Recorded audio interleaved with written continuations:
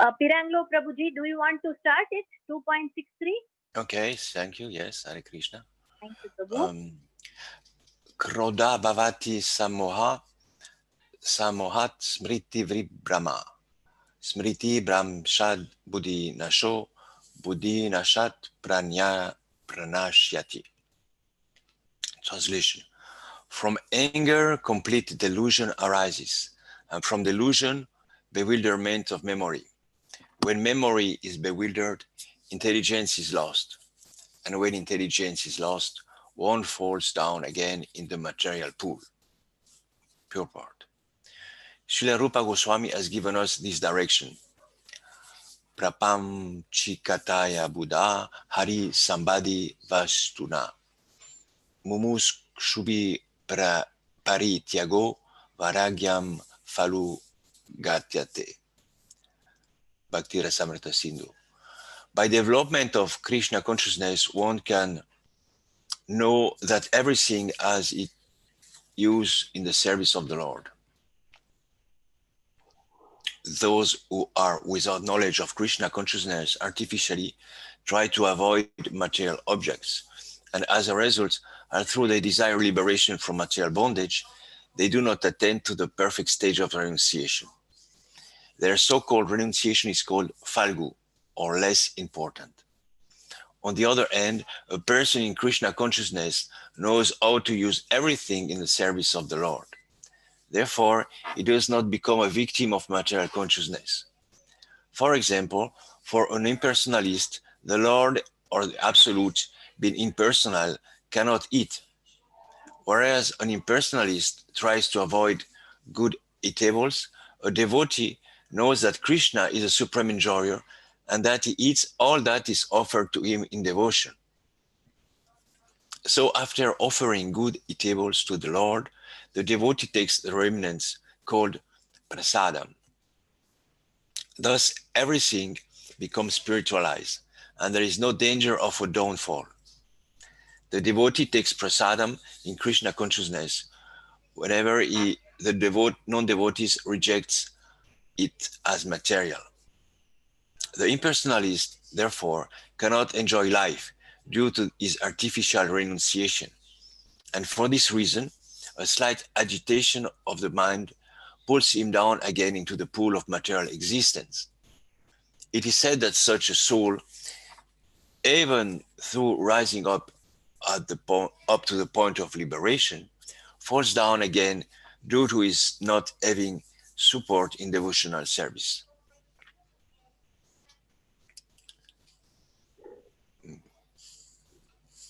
Okay.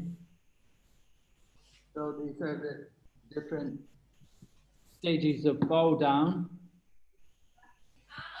which happen when we don't control the mind. You see?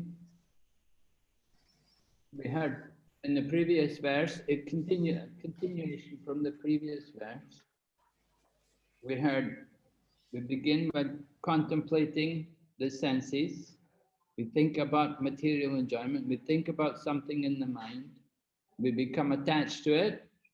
And then we want the desire to have it. We have some lust to get it. And when we don't get it, we become angry.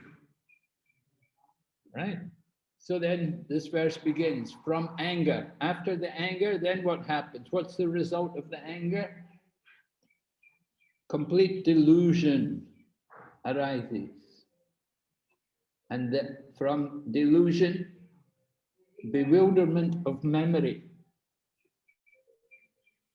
Then when the memory is bewildered, then intelligence is lost. And when we have no more intelligence, then we fall into the material pool. So Srila Prabhupada is explaining in the purport the difference between the Mayavadi philosophy and the Vaishnava philosophy, because we're both concerned to control the senses.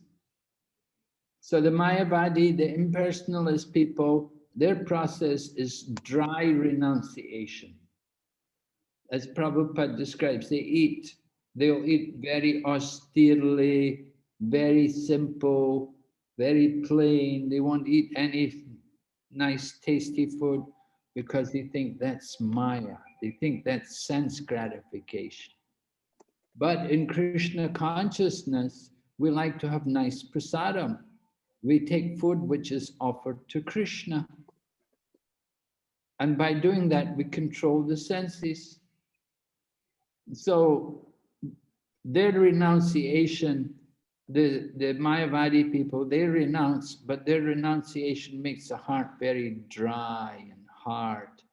They don't get any real pleasure from it. But in Krishna consciousness, our renunciation is in relation to Krishna, that we take Krishna prasadam, and by taking Krishna prasadam, we become purified. So our renunciation is called yukta vairagya, right?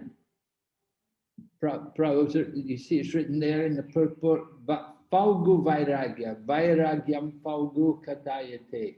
That's the Mayavadi renunciation. Falgu vairagya, vairagya falgu. Falgu falls. There's a river Falgu. It looks like sand, but actually there's water below it. So the same way there are people, they look renounced, but in their mind they have so many material desires. So Krishna conscious process is to purify the desires, not to stop desire, but to purify them. So that's quite a different process. You purify the desire. And the purification comes about by connecting to Krishna. When we're connected to Krishna, then we become purified. Because Krishna purifies everything, everyone. Just like the sunshine purifies everything. So Krishna is more powerful than even the sun. He can purify our hearts, take away all the material desires. But we have to do service. We engage in devotional activity, chanting and hearing about him and offering service to him and worshiping him. In this way, we become purified. But the Mayavadi, they want to stop everything. Oh, they don't see anything. They don't want to see the world. They want to go away from the world, go and hide in a cave. You can go and hide in a cave, but after you come out of the cave, all your material desires will be there even more than before. So going in a cave doesn't stop material desires, or taking a vow of silence doesn't stop material desires. But if we engage in Krishna conscious activities, that will purify our desires. Instead of trying to stop activities, we want to do activities, but do activities for the pleasure of Krishna. That is Bhakti Yoga. And you'll see in the Bhagavad Gita, Arjuna is going to learn that he should fight for the pleasure of Krishna. So everything is done for the pleasure of Krishna. Is that clear to everyone? Any questions? Yes, Guru Maharaj. I'm right. It's possible. Yes, Prabhuji, you're right. I will say to Okay. Guru Maharaj. Is there the possibility of eating together with the offering of food to Krishna and not afterwards? So I'm don't sorry? pour. So Prabhu, Guru Maharaj, I'm just trying to read this question in the chat. Yeah. In the chat, yeah, I'll open the chat. Maybe I can read it also. Yeah. Okay, yeah. Is there the possibility of eating together with the offering of food to Krishna and not afterward? So don't pour the food offered to Krishna on my plate, but do this towards the end, so I feel that Krishna eats with me. I don't know, I'm not a bit difficult for me to understand. Is there the possibility of eating together with the offering food? Not afterwards. For the food offered to Krishna on my plate. But well, the food offered to Krishna is, that's what we should have on our plate. Everything should be offered to Krishna. You shouldn't, when we take prasadam, well, it's all offered to Krishna. The food offered to Krishna is the only thing we should have on our plate. We don't want to have anything on our plate which is not offered to Krishna.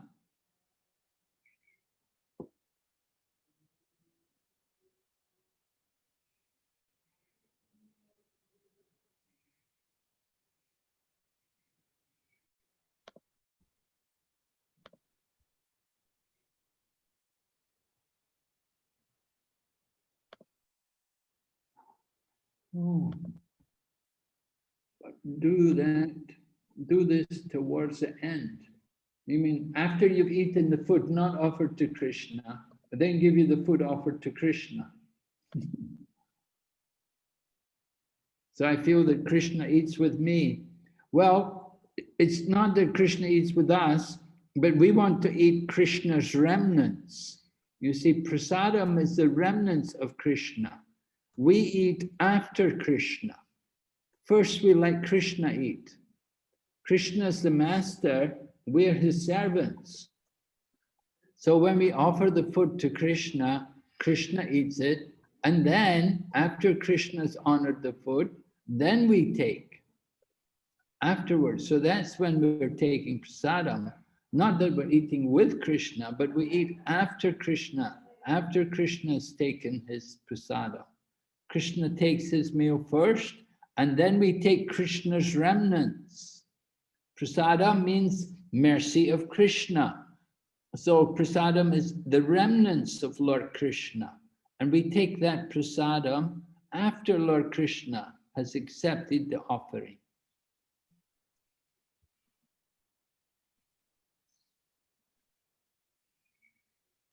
Okay. Krishna Maharaj, yes. It's funny because I'm in the same. I wanted to ask the same question as Simon asked you. Because at home, personally, it's difficult to have the same standard as in a temple. For example, when I'm cooking, sometimes I taste the food to see if it's cooked. So it's completely forbidden in a temple, right? You cannot do this to offer to Krishna. Well, I've seen some cooks do it. Oh, okay. Some cooks do it because they're cooking a big quantity and they want it to be right. So they may not do it all the time, but sometimes they may do it. Okay. And sometimes I forget to offer to Krishna. And while we start to eat and I say, oh, what about Damodar? We forget him. What consciousness we have. So very quick, we make, he has three nice plates, and we offer him at that moment. At the same time, we start to eat. And we eat in the kitchen together. It's not, he has not an altar in another room. His altar is just in a corner of the kitchen. So I think, my God, I don't follow at all the standard of the Vaishnava worship that I learned in the temple, ISKCON temple, So I feel guilty sometimes, but I think, yeah. The important thing is the mood of devotion. The rules and regulations, they come later, but the Krishna appreciates the mood, the actual service mood, the attitude. Yes. Your facilities are limited, of course. You don't have a proper temple room and you eat in the kitchen where you're cooking. Yes, So, yes. that's, Krishna will accept that. But still, the fact that you try to offer, that's appreciated by Krishna. Yes, But Guru Maharaj. you do want to try to remember to offer, and even if you do the offering quickly, it's okay. But you do want to try to remember to offer to Krishna. That's important. And I hope one day, maybe in Vaikuntha, I will be able to eat with Krishna. Well, if you become qualified to become a cowherd boy, Yes. that takes many lifetimes. Takes me a long time. Yes, yes, yes. But this offering, is to offer to Krishna and to take the remnants and to think about it. It makes my heart feel peaceful and connected with Damodar. So it's just devotional service. Yeah, Even if it's not first class, even if it's not so in the standard, but like you said, it's about love. yeah. It's a mood. It's not the rules and regulations, but the mood Yes. is there, the mood. So you have the right mood. Just Yes. thinking of Krishna. So Krishna doesn't mind that you're eating in the kitchen. Yes. You don't have a prasadam room. At home Yes. you don't have a prasadam room, but you're doing your best according to the time, place, and circumstances. Circumstances. Right? Time, the place, and the circumstances. So that's important. Thank you. I hope that Simon is satisfied with your answer. Yes, thank you very much. Okay.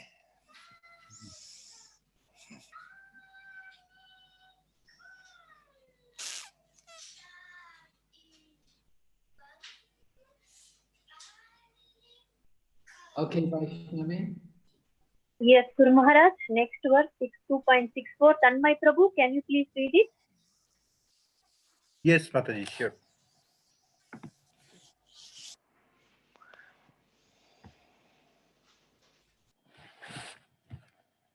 Raga desha bhimuktaistu visayan indriyaischaran atmavasyair videt vidyatma prasadam adhigachati.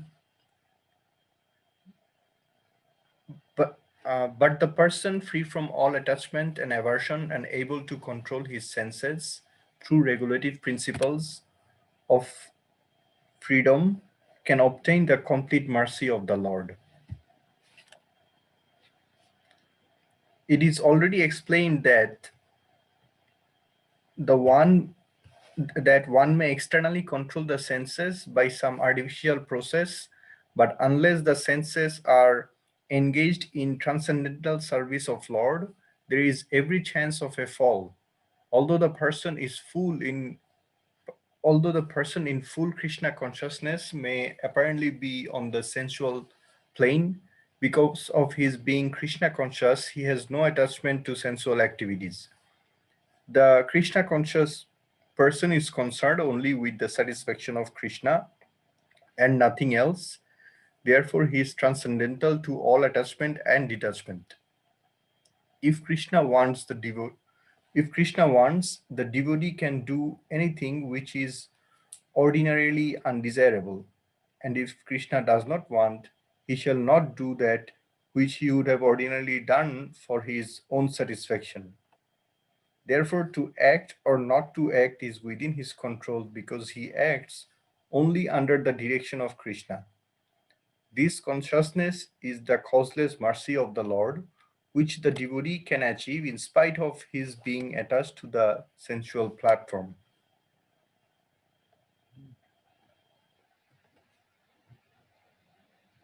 So after describing the fall down, now Krishna is describing what's required to avoid that fall down.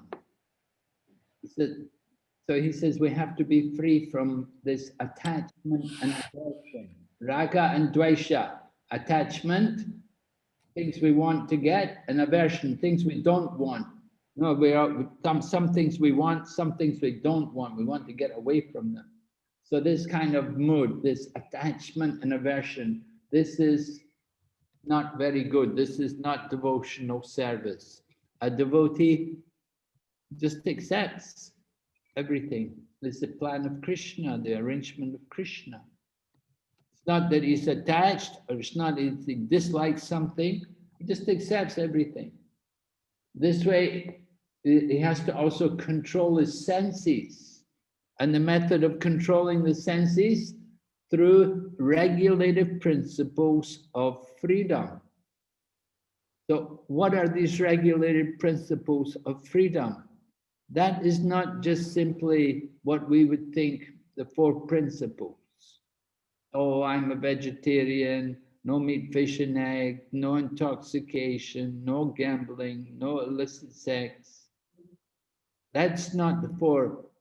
That's not the regulative principles of freedom. Rather, regulative principles of freedom are the principles of bhakti yoga. Eating food offered to Krishna, reading the scriptures like Bhagavad Gita, Srimad Bhagavatam, chanting the holy name, waking up quite early in the morning, leading a devotional life. That is what the regulative principles of freedom are. And when we follow like that, then we can get this prasadam adhigachati. We can get the mercy of Lord Krishna. So we want to get the mercy of Lord Krishna.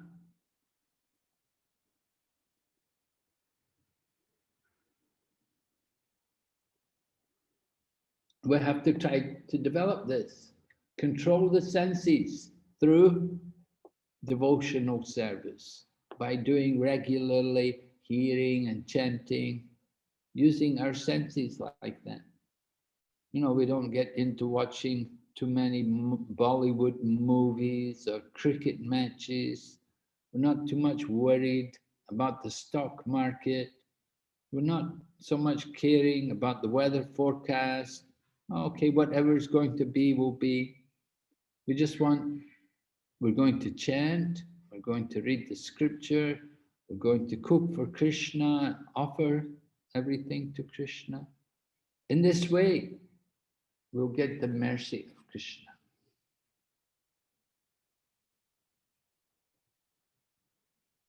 So people think, oh, this is not freedom. They don't know what is freedom. People think, I'm free. I can smoke and I can drink alcohol and I can go everywhere and do all kinds of things. They think I'm free to enjoy, but they don't know that they're not free and they're not enjoying. They're suffering under the material energy. They're suffering under the material nature. They're servants of their mind and senses. So they're not actually happy. But if we surrender to Krishna, if we take up devotional service, then we won't suffer like that. Then we will be saved. Isn't it a fact? What do you say, Simon?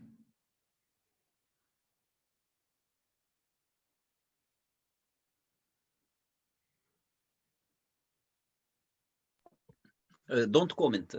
It's okay. I understand. Yeah. What do you think, Tanmay? I completely understand and agree, Prabhu, also.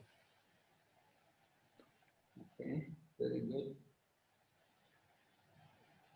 Yeah, it's difficult to get people to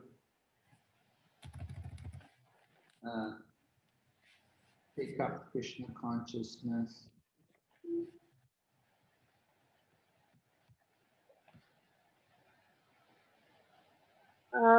Guru Maharaj, there is some question in the chat, Guru Maharaj. Really? Who from? From Uday and Tanmay. Okay. Regarding soul, it is said that soul is eternal, but daily world population is increasing. How is it? We are facing mass extinction of species. From where new souls are coming? It means all animals are being born as humans. How equation of population increase? Prabhu, actually, it was not my question. I was saying that as population increases, there are a lot of animals and species are going away as well. Yes, animals, some animals and species are going away, but not all. Only a few.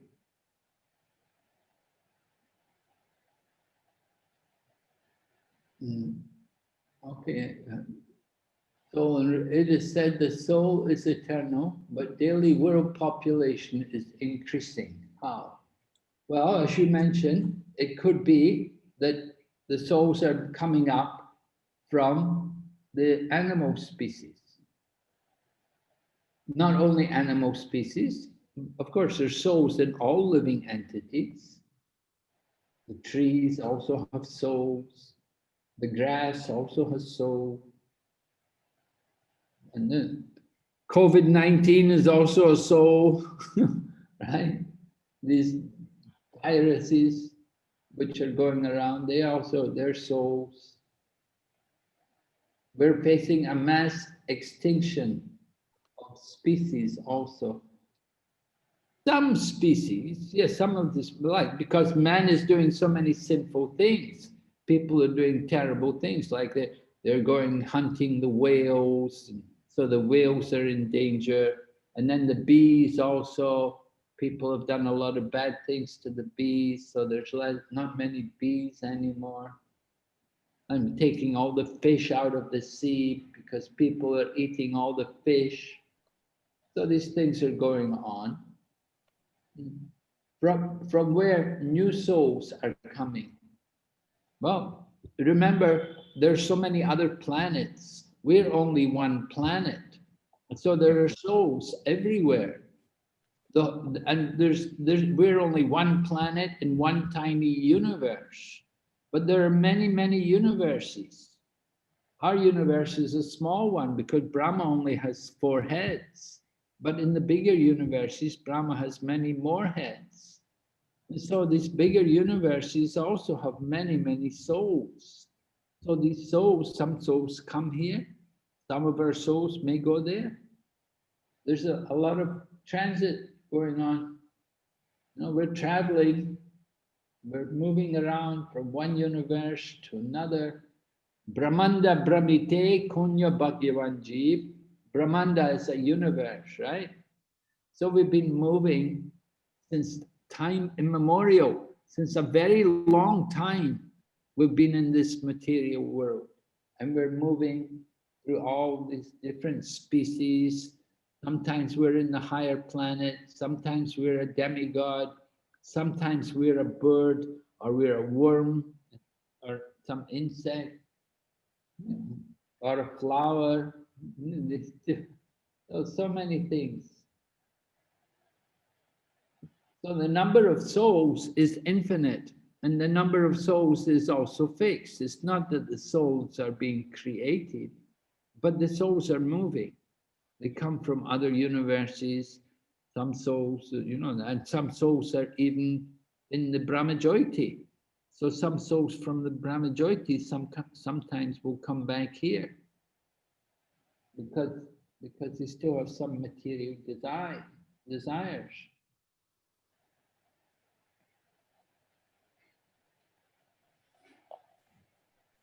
So there's no new souls. It's not that souls are taking birth, but they're coming from other places. Some are coming from other universes in the material world, and some are coming from the spiritual world. Because some souls, like the demons who were killed by Krishna, you know, Kamsa was a demon. And remember who Kamsa was in his previous life? Do you remember, anybody? Who was Kamsa in his previous life?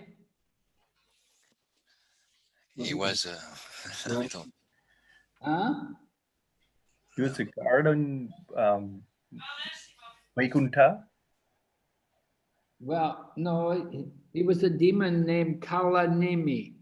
In his previous life, he was a demon named Kalanemi, and that time he was killed by Lord Vishnu. So then he took birth as Kamsa.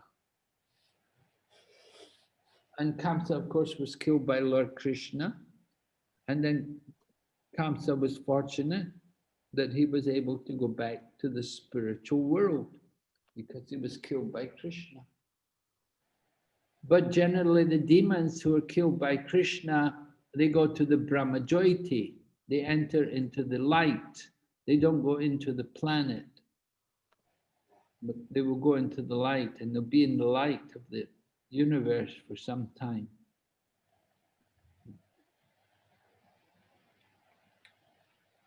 So there's a lot of souls everywhere moving around. Every atom, you know, you've got Paramatmas in every atom. And you've got the Jivatmas in every form of life, every living entity, every tree, every germ, insect, everything, they all have souls. Have you ever checked out the population on the ants or the mosquitoes?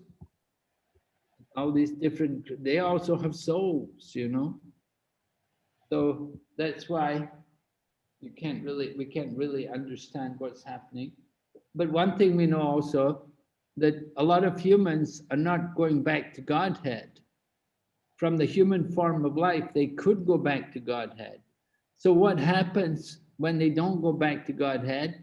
They may take a human birth again. Just like if you go to school, and if you don't do well at school, maybe they'll keep you back and you have to do the whole year again.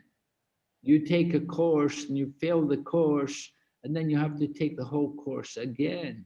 So that's what happening. That's happening here on this planet. Many humans have got the human body, and they're not making it back to Godhead. So they have to come back again, and they get a human body again. So that way, you know, there's souls coming up from the animal species. They're coming up, and they're getting the human body, and some humans, they're staying, they're taking birth again and again and again. They stay as humans. And some humans go down, go to hell. But the pious ones, who are a bit better, they will stay, they will take birth again. Is it any clearer? Yes, Prabhu. Yes, Maharaj. Oh. Maharaj, we may say that the spiritual life starts when there is you accept that there is a soul, right? There is a difference between the body and the soul. Yeah. And there starts your travel to another dimension, the connection with Krishna, or yeah, it's the first step, right? To accept that there is a soul. If you don't accept this, I mean, it's, yeah, you go nowhere. Right. But you have to go on from there.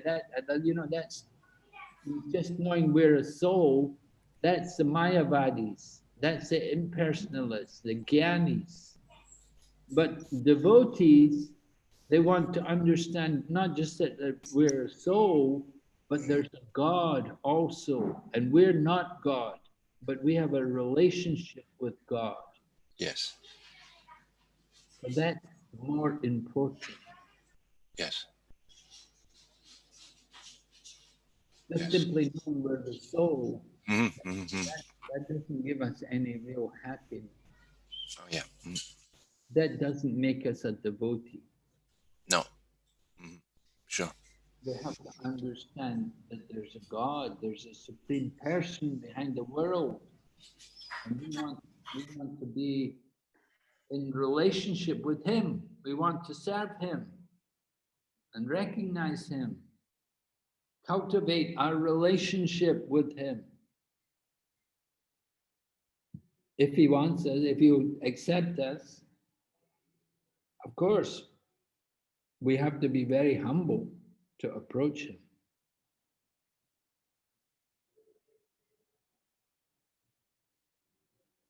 Because he's so great and we're so small. So it's very important for us to be humble in approaching him.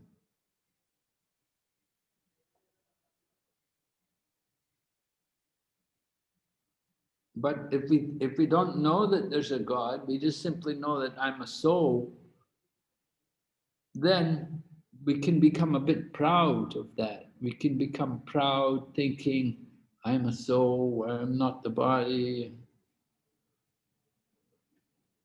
So it's really important to understand that we're all servants. We're not the masters, we're servants. We have a relationship with the master. He's the supreme and we're his servant.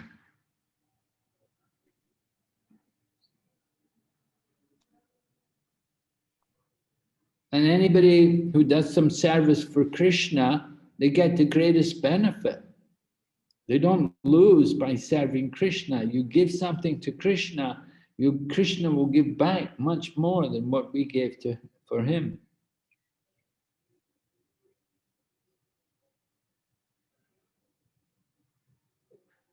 Have you got an experience like that?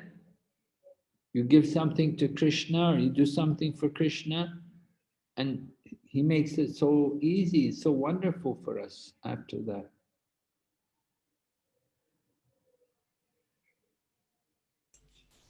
I mean, here in Geneva, for many years, there was no Bhakti Sangha, you know, there was no association really. Yes. After the temple went away in Zurich, so there was just, some meeting sometime lasted 5 years, and after everybody went away, and finally now, Krishna sent Vaishnavi, and she's so powerful, and she's so great, and so devotional, full of devotion, and she made this congregation here in Geneva, and it's just wonderful, because I'm here in Geneva alone, and all of a sudden comes Vaishnavi with Simon, with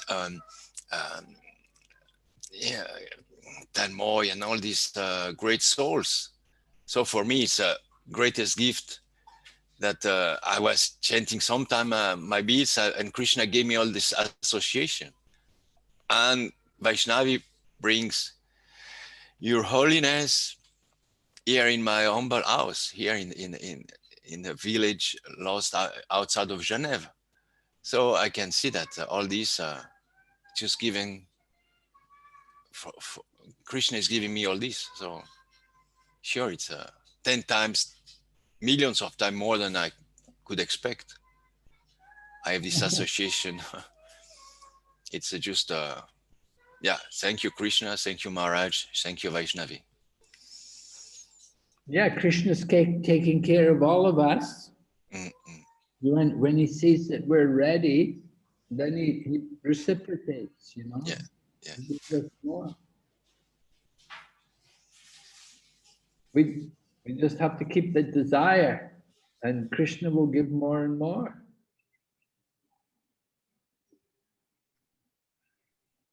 You know, at this time with the virus everywhere, so the whole world is affected.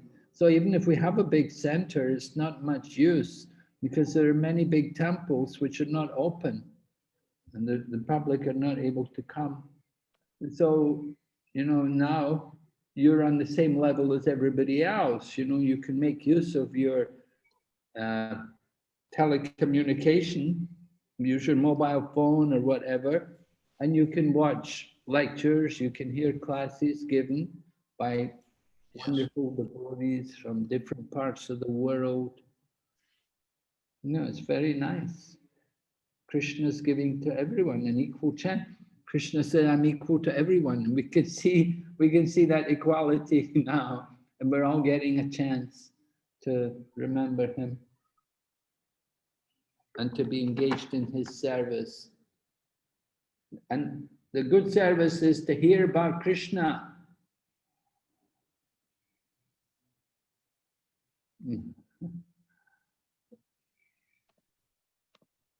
Oh, Maharaj, in the material world, everybody wants to become a master, right? Nobody wants to become a servant. And now we are reading that we have to become a servant of Krishna.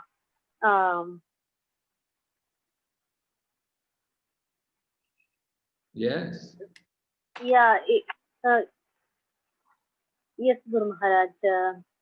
Yeah, Krishna, like we have how to take it, Guru Maharaj. Because in the material world, everybody wants to do their best. They want to they want to be the best student, best devotee. Everything we want to become the best or something like that. Well, that's not the devotee mood. Oh. Devotee mood devotees want to be the servant. We just want the servant. We just want to be the servant of the servant. You know, we cannot do anything on our own. We're not the best. We're not the worst. We're not the best. We're very small and insignificant. So we just pray that we can be engaged in some service. Please engage me in your service. That's the thinking of the devotee.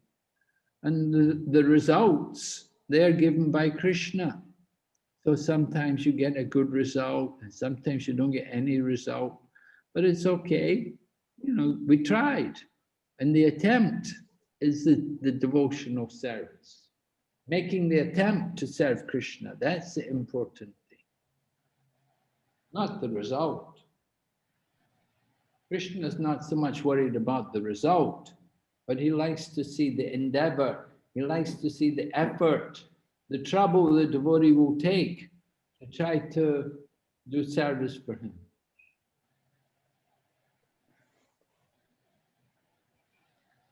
So that's more important. Yes, Guru Maharaj.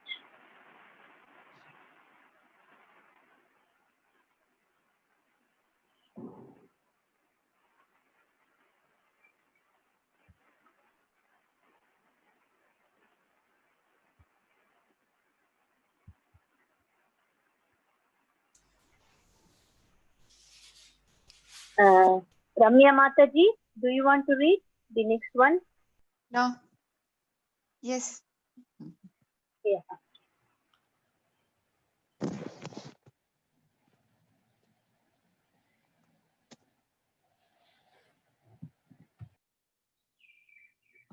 Prasad sarva dukhahanam hanir asyo pajayate prasanna setasu hyesu buddhi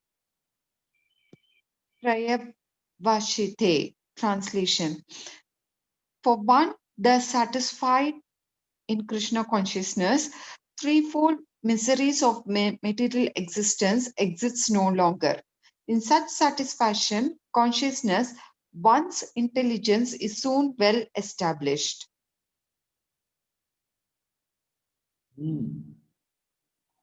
So, again, continuing from the previous verse, for one thus satisfied in Krishna, what was that satisfaction? Satisfaction that he's controlling the senses and following the regulative principles of freedom. And he's given up attachment and aversion. And this way he's satisfied because he's in Krishna consciousness. Very important. If we're not in Krishna consciousness, we won't be satisfied. We're trying, we want to be satisfied. If we're satisfied, we will be happy.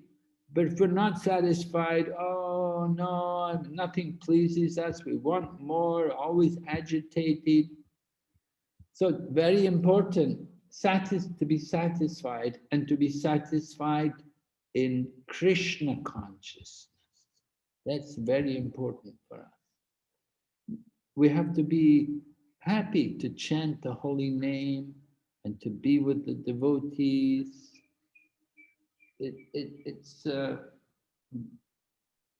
the basic principles of Krishna consciousness.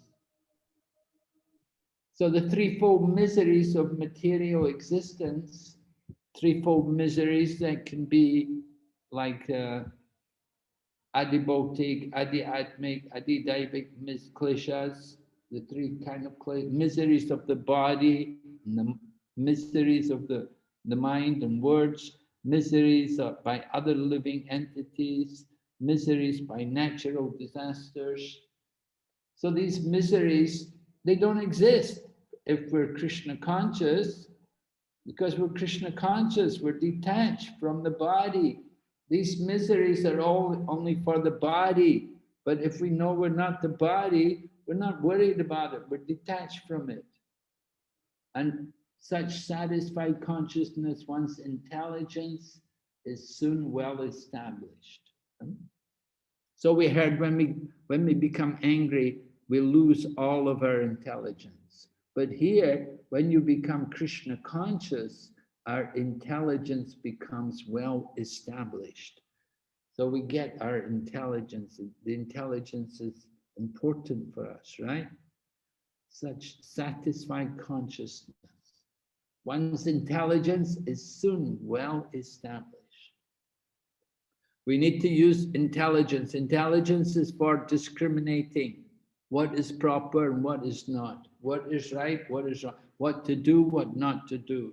Intelligence is how we control the mind.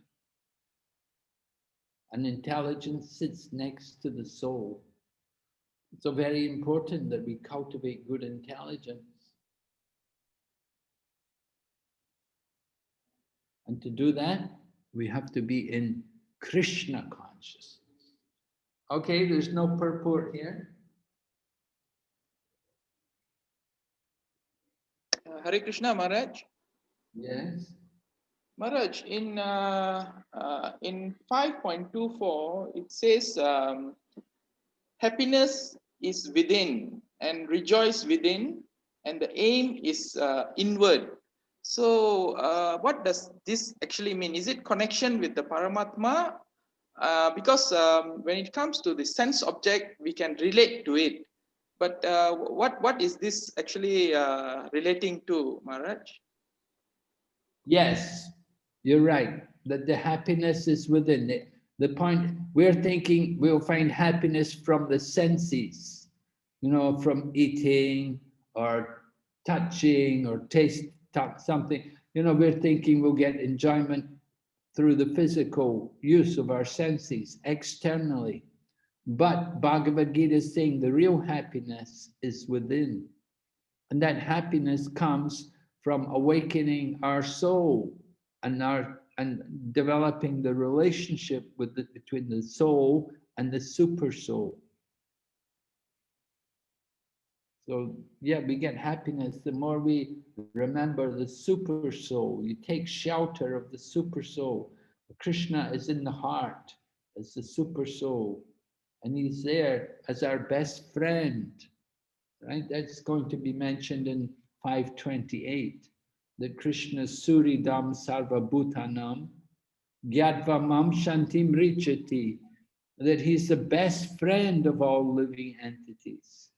So we get happiness from being with our friend, and he is the best friend. But we neglect the super soul. We're trying to find the new friend who will make us happy. But the real friend is within, and we're neglecting him. Right? Yes, Maharaj. Thank you, Maharaj.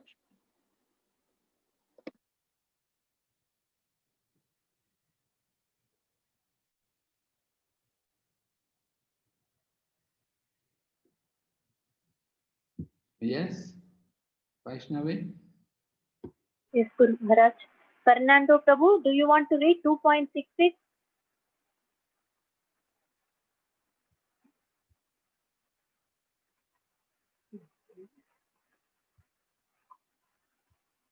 नास्ति बुद्धि अव्युक्तस्य न च युक्तस्य भावना न चाभावय यतः सन्ति Ashtantashya Yes, kuta. yes.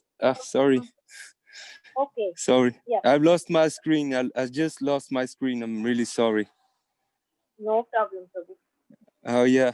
So, yeah, sure, I can read. Uh, Actually, I start by the translation, right? Yes, yes. Okay. So, one who is not connected with the Supreme in Krishna consciousness can have uh, neither transcendental intelligence nor a steady mind, without which there is no possibility of peace. And how can there be any happiness without peace? Purport. Unless one is in Krishna consciousness, there is no possibility of peace.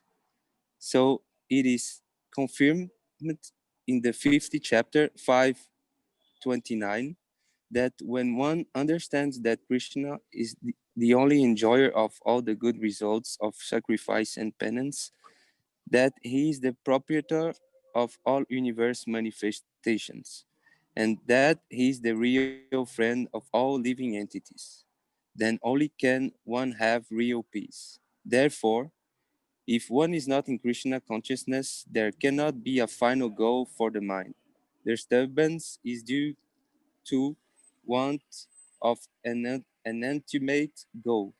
And when one is certain that Krishna is the enjoyer, proprietor of friend of everyone and everything, then one can, with a steady mind, bring about peace. Therefore, one who is engaged without a relationship with Krishna is certainly always in distress and is without peace. However much he may make a show of peace and spiritual advancement in life, Krishna consciousness is a self-manifested peaceful condition which can be achieved only in relationship with Krishna. Hare Krishna.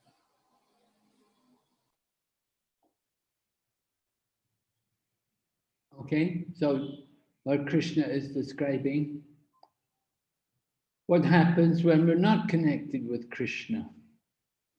So the result is neither transcendental intelligence nor a steady mind. The mind is not steady, you will not be peaceful. And so Krishna said, how can there be any happiness if you're not peaceful?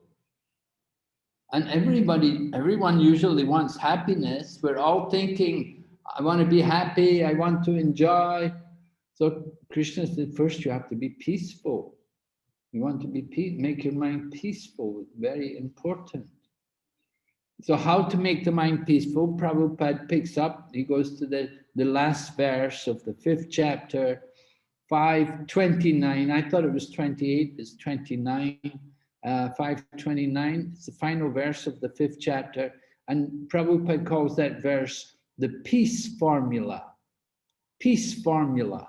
Formula for peace. You have to know 3 things. You have to know that everything belongs to Krishna.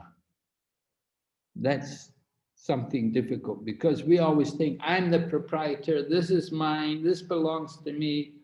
But the peace formula is to understand everything belongs to Krishna. And then the second thing is that everything is meant for his enjoyment. And the final thing is that he is our best friend. So if we remember these 3 things, and if we can apply them in our life, then we will be peaceful.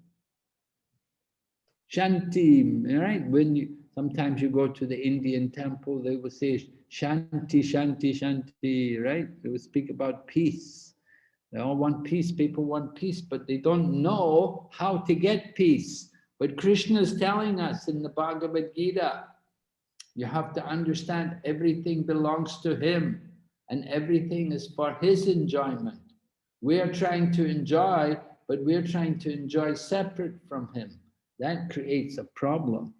When we try to separate ourselves from him, that creates a problem.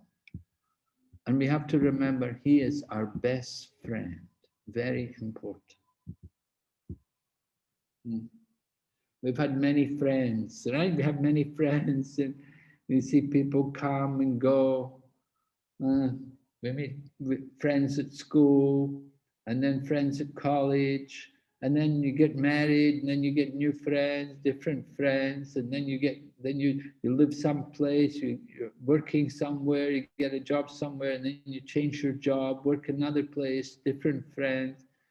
So many friends coming and going, but one friend who's always with us, the Lord in the heart, the super soul.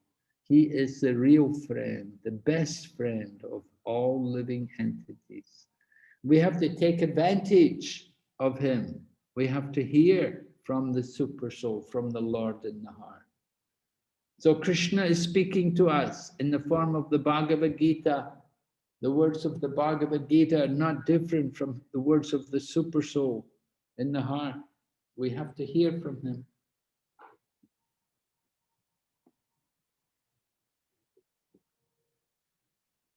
Yes?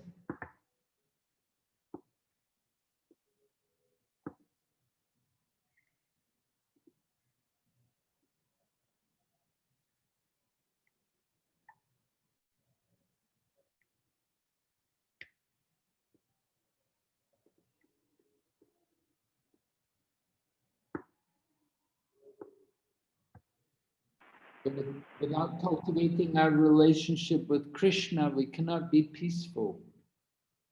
And we have to recognize Krishna, that he's the proprietor. The house we live in is Krishna's house. And the family we have also are Krishna's. Everything we have is his. And we want to use everything in his service.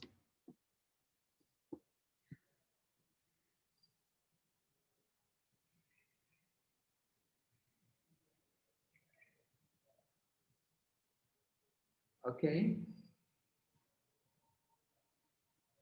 Vaishnavi? Yes, Guru Maharaj. Yes, We go yes, next yes, verse? yes. 2.67.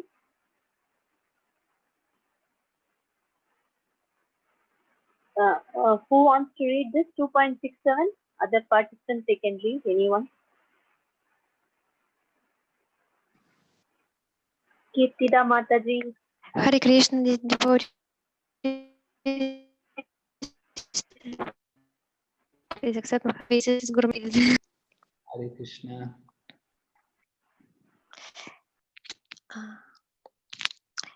Indriyanyam hi charata yamano nuvid yate tadasya harati pragnyam vayarnavam ivam pasi.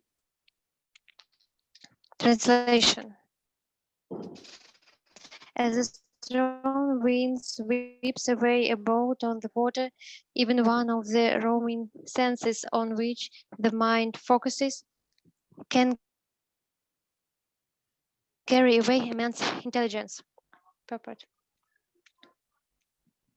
Unless all of the senses are engaged in the service of the Lord, even one of them engaged in sense gratification can deviate the devotee from the path of transcendental advancement. As mentioned in the life of Maharaja Ambarisha, all of the senses must be engaged in Krishna consciousness, for that is the correct technique for controlling the mind. The end of the purport. Hare Krishna. So Lord Krishna is giving an example here to help us to understand about how we have the danger of the uncontrolled mind. If the mind is not controlled, he gives the example about the boat on the water swept away by the strong wind. Right. Sometimes you have a boat, probably Switzerland, you don't have too many boats there, but if you're on the coast, people like to have boats. But sometimes, you have to have the boat moored You have to tie the boat to the side, other wind will come, it will blow. And you don't notice the boat being drawn away out into the middle of the ocean. So the same way, any one of the senses on which the mind dwells can take away a man's intelligence. Any one of the roaming senses, right? Our senses are roaming. I mean, they're looking everywhere, where to enjoy, where am I going to find my pleasure? And sometimes the mind will focus on the tongue, sometimes the mind will focus on the eyes, sometimes the mind will focus on the nose, like this, looking for enjoyment. The mind wants to enjoy. And the mind gets this enjoyment through the senses. So very important to learn to control the senses. Now, so there are two processes. Some people, the Mayavadi or the impersonal path, their process is to stop the senses. They say, don't use the senses, stop them. Don't see, don't taste, don't speak, right? They try to shut themselves off from the world, go away from everything, go to Switzerland, go in the Alps, go up in the mountains, sit there, away from the world. Some people do it. They just want to be quiet and go away, but their mind is still with them, and the mind is still disturbed by the senses. So the Krishna conscious process is to use the senses for the service of Krishna. Use all of our senses, just like when we chant japa, we're meant to use all of our senses. We use the tongue to chant. We use the ears to hear. We're not meant to just chant and not hear. We're meant to also hear when we're chanting. And then we're meant to also see Krishna. We should try to chant in the temple or in front of a picture of Krishna. Some devotees, they like to chant in front of the mantra. They will have the mantra printed out on a piece of paper and they will chant in front of the mantra and they can read all the mantra. And so they meditate on the name of Krishna in this way, using their eyes to see the mantra. And then the nose, we can have a flower offered to Krishna, or you may burn some incense offered to Krishna. And at the same time, our fingers are counting on the beads. So the sense of touch is being also used for the service of Krishna. So this is meditation, using all of our senses carefully to be absorbed in the service of Krishna. Because any one sense can take us away. We can be drawn away. Where do we go? Well, into the world of Maya, right? Into the illusion, into the material world. If we're not serving Krishna, then we go to serve Maya. This is the problem.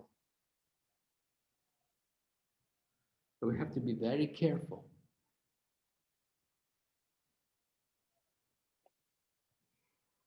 And we have experiences like that when we're chanting. You know, we can be sitting, chanting, holding the beats, but in our mind, we're thinking something else. We're away somewhere. So it's very important to try to fix the mind on Krishna.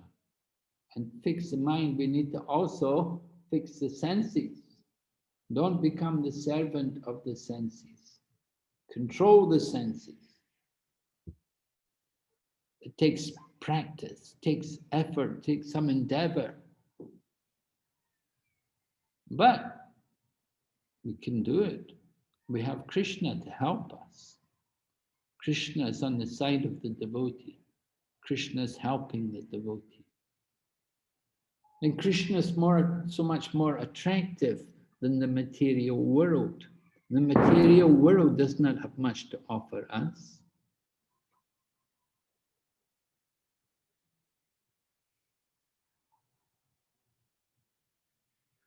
Okay, any other questions there?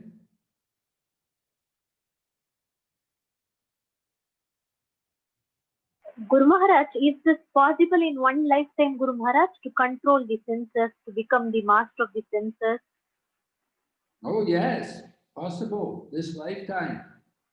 Prabhupada said this lifetime we have to become perfect. We have to go back to Godhead this lifetime. We don't want to come back. Make this the last birth.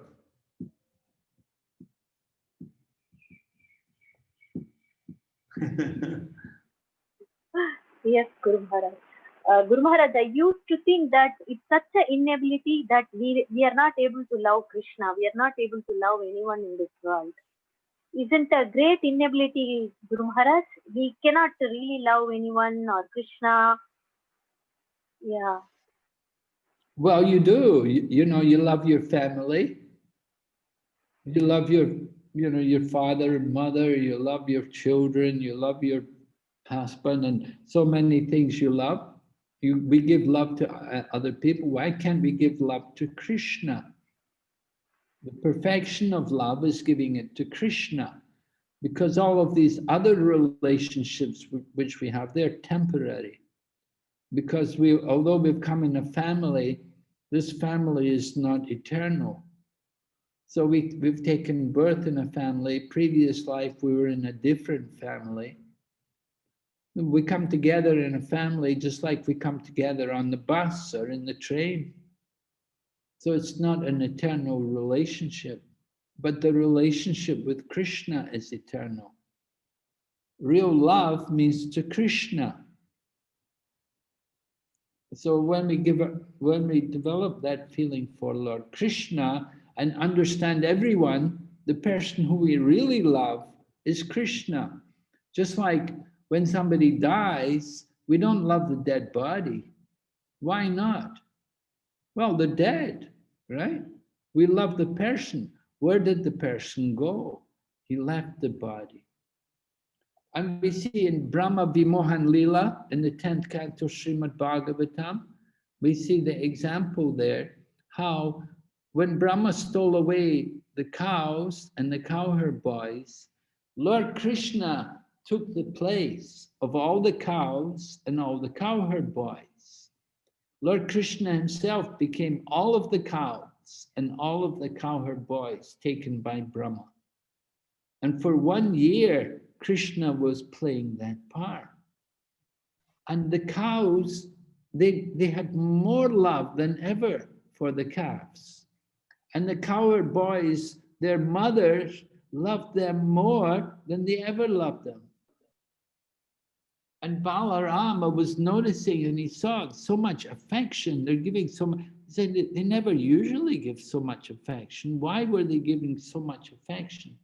They were giving so much more affection because they love Krishna more than anybody, more than their own son. The mothers love Krishna more than they love their own son. And the cows love Krishna more than they love their own calves. You know, it seems amazing, but it's actually true. This is a fact. The person who we really love is Krishna. We don't love the dead body. We can't, what can you do with the dead body?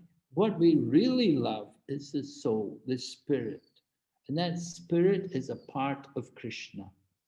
So ultimately, the person we really love is Krishna.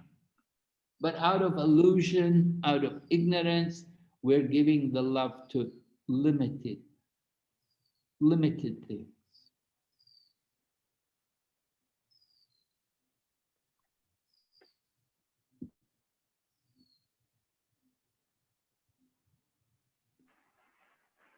Thank you, Guru Maharaj. Very clear now.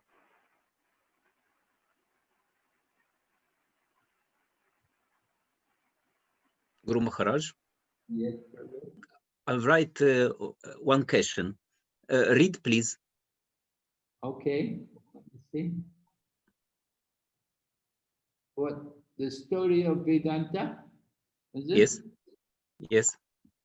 Oh, there's a story There is a story in Mundaka Upanishad that runs like this. Once in a tree, there were two birds, one at the upper branch, serene, majestic, and divine, and the other at a lower branch, restlessly pecking fruits, sometimes sweet, sometimes bitter.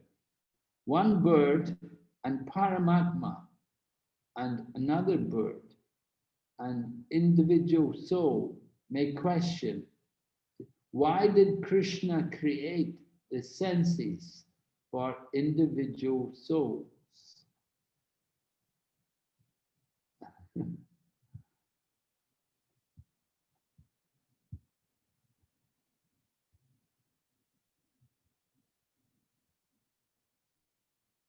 Why did Krishna create the senses for individual souls? Well, the senses are the means by which the individual soul has an opportunity to serve as well as to exploit.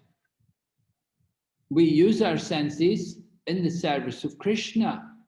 It is said, Rishikesha Rishikena Sevanam Bhaktir Uchate.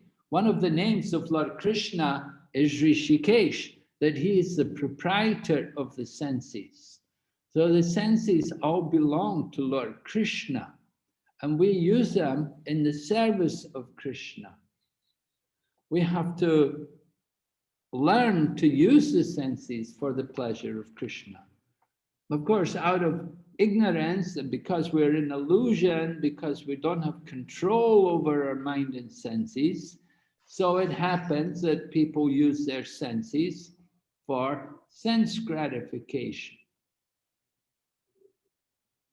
Because the senses are the means by which one can enjoy the world. Just like we have a material body, so the material body needs to eat, it needs to be looked after, you need to keep it clean, keep it healthy. So the senses allow us to do these things. Without senses, you could not do that. And you see the animals, they also have their senses. The different dogs and cats and the bears, and they all have their senses. And the same way in the human being, we have the strongest senses. Usually other species of life, they may have only one active, very strong sense. You know, like cats, they can see, their eyes are very powerful, they can see in the dark. And then the fish, his active sense is the tongue. He always wants, that's how people catch fish. They put a worm on the hook and the fish comes by and you try to eat the worm and it gets caught on the hook. And then a deer in the forest, they're controlled by the sound. So they're hunting the deer, they'll take someone to play the flute and the deer will hear the sound of the flute, he will become stunned, and this way they can come and capture the deer. Elephant captured by smell. The elephant, the male elephant will smell the female elephant and he will come running to find the female elephant. He wants to enjoy the female elephant. And they dig a big hole beside the female elephant. So the male will come running to approach the female elephant and she's standing right beside a big hole. And this way the big elephant, the male elephant will fall into the ditch and they capture the male elephant. But he's captured because of his sense of smell. He was brought by the sense of smell and captured by the sense of smell. So in the human form of life, we have all 5 senses. There's a firefly. Firefly is attracted by the glaring fire and he'll fly right into the fire, he'll be burned. So by their eyesight, by their tongue, by their nose, by their sense of touch, all these different animals, they get problems. So human form of life, we have 5 senses, and they're all active. We have to learn to use them carefully in the service of Krishna. So Krishna gives us senses so that we can serve him. By doing service, then we get more purification. We develop a taste for Krishna consciousness. So it's important for us to have senses and to be able to use them in the service of Krishna. Okay? Okay, thank you very much. I understand. So now, Yes, Guru.